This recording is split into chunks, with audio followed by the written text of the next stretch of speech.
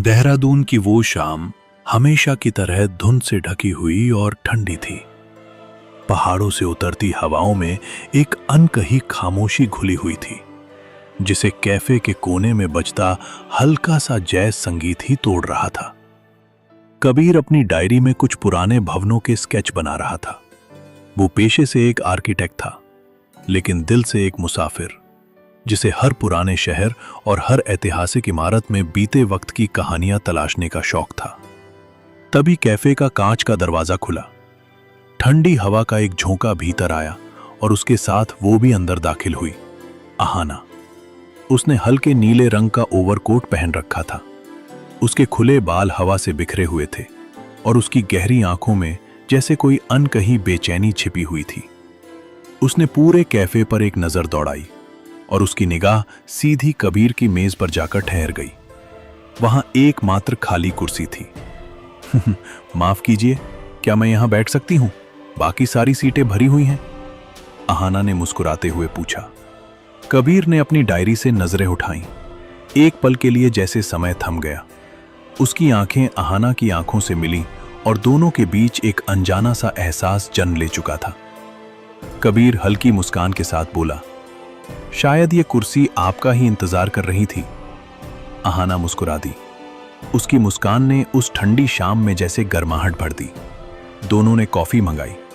बातचीत की शुरुआत मौसम और देहरादून की खूबसूरती से हुई, फिर धीरे धीरे किताबों, सपनों, इमारतों, कविताओं और जिंदगी तक पहुंच गई। कुछ ही देर में दो अजनबी ऐसे बातें कर रहे थे जैसे वर्षों से एक दूसरे को जानते हों। उन्हें यह एहसास नहीं था कि यह मुलाकात सिर्फ एक संयोग नहीं, बल्कि एक ऐसी कहानी की शुरुआत थी जिसका अंत दोनों की जिंदगी बदल देने वाला था। पहली मुलाकात के बाद उनकी मुलाकातों का सिलसिला लगातार बढ़ता गया। कभी वे माल रोड की ठंडी शामों में साथ चलते, कभी पलटन बाजार की गलियों में घंटों घूमते, तो कभी मसूरी की पहाड़ियों पर बैठकर डूबते सूरज को निहारते। कबीर को अहाना की हर छोटी सी बात पसंद आने लगी थी। उसका मुस्कुराना, हंसते समय आंखें बंद कर लेना, बालों को कानों के पीछे करना और कबीर के बनाए हर स्केच की दिल से तारीफ करना, सब कुछ। एक दिन राजपुर रोड के पुराने चर्च के बाहर दोनों खड़े थे। आसमान में बादल घिराए थे और हल्की बारिश शुरू होने वाली थी। अहाना ने धीरे से कबीर का हाथ पकड़ लिया। अगर ये पल यहीं रुक जाए तो तुम क्या करोगे? उसने पूछा। कबीर मुस्कुराया। मैं इसे सिर्फ अपनी डायरी में नहीं, अपनी रूह में हमेशा के लिए संभाल लूंगा। उस दिन दोनों का रिश्ता और गहरा हो गया।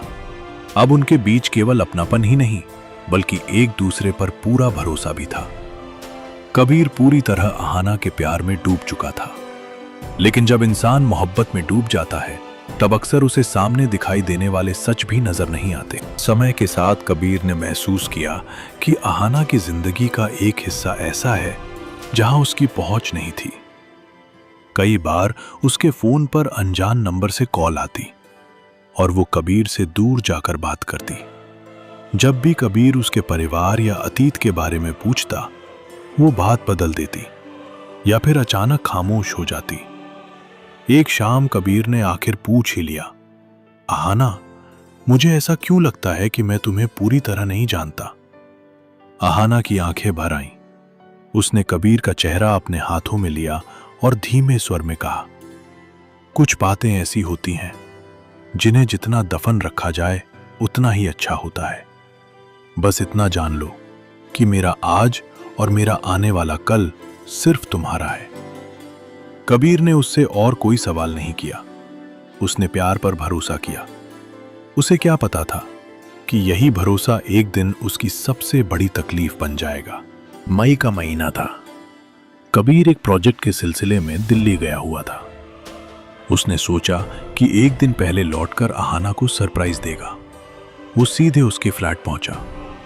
दरवाजा आधा खुला हुआ था। कबीर मुस्कुराते हुए अंदर गया, लेकिन अगले ही पल उसकी मुस्कान हमेशा के लिए गायब हो गई। अंदर एक अधेड़ उम्र का व्यक्ति बैठा था और अहाना उसके सामने रो रही थी। कदमों की आहट सुनकर दोनों ने पीछे देखा। कबीर, तुम? अहाना की आवाज कांप गई। धीरे धीरे पूरी सच्चाई सामने आ गई। वो व्यक्ति आहाना का ससुर था। 2 साल पहले उसकी शादी चंडीगढ़ के एक बड़े व्यवसायी के बेटे से हुई थी। शादी के बाद उसकी जिंदगी दुख और अत्याचार से भर गई। वो सब कुछ छोड़कर देहरादून आ गई थी और नई पहचान के साथ रहने लगी थी। वो कानूनी रूप से अपने विवाह को समाप्त करना चाहती थी, लेकिन उसका ससुराल उसे आजाद नहीं होने देना चाहता था। कबीर को उसकी मजबूरी से शिकायत नहीं थी। उसे दर्द इस बात का था कि आहाना ने शुरुआत से सच नहीं बताया। अगर तुम सच बता देती तो शायद मैं तब भी तुम्हारा साथ देता। कबीर की आंखों से आंसू बह निकले। आहाना फूट फूट कर रो पड़ी। मुझे डर था कि सच जानकर तुम मुझे छोड़ दोगे। मैं तुम्हारे प्यार को खोना नहीं चाहती थी। गलती हुई हमसे, बहुत बड़ी गलती हुई। कबीर कुछ पल चुप रहा, फिर उसने धीमे स्वर में कहा, गलती सिर्फ तुमसे नहीं हुई आहाना, गलती हमसे भी हुई। हमने बिना पूरी सच्चाई जाने सिर्फ अपने एहसासों के भरोसे पूरी जिंदगी का फैसला कर लिया। इतना कहकर वो वहां से चला गया और इस बार उसने पीछे मुड़कर नहीं देखा। कुछ ही दिनों बाद कबीर ने देहरादून छोड़ दिया। वो फिर अपनी तन्हा दुनिया में लौट गया, जहां उसके साथ सिर्फ उसकी डायरी और उसके स्केच थे। उधर आहाना अपनी कानूनी लड़ाइयों में उलझी रही। उसने कई बार कबीर को ढूंढने की कोशिश की, लेकिन दोनों की राहें फिर कभी नहीं मिली। आज भी जब देहरादून की ठंडी हवाएं चलती हैं, कबीर अपनी पुरानी डायरी खोलता है। पहले पन्ने पर बना आहाना का पहला स्केच उसे उस शाम की याद दिला देता है। उनकी प्रेम कहानी अधूरी रह गई। आकर्षण समय के साथ मिट गया, लेकिन उस रिश्ते से मिला सबक हमेशा के लिए दिल में बस गया। कभी कभी अधूरा सच पूरे रिश्ते को अधूरा बना देता है।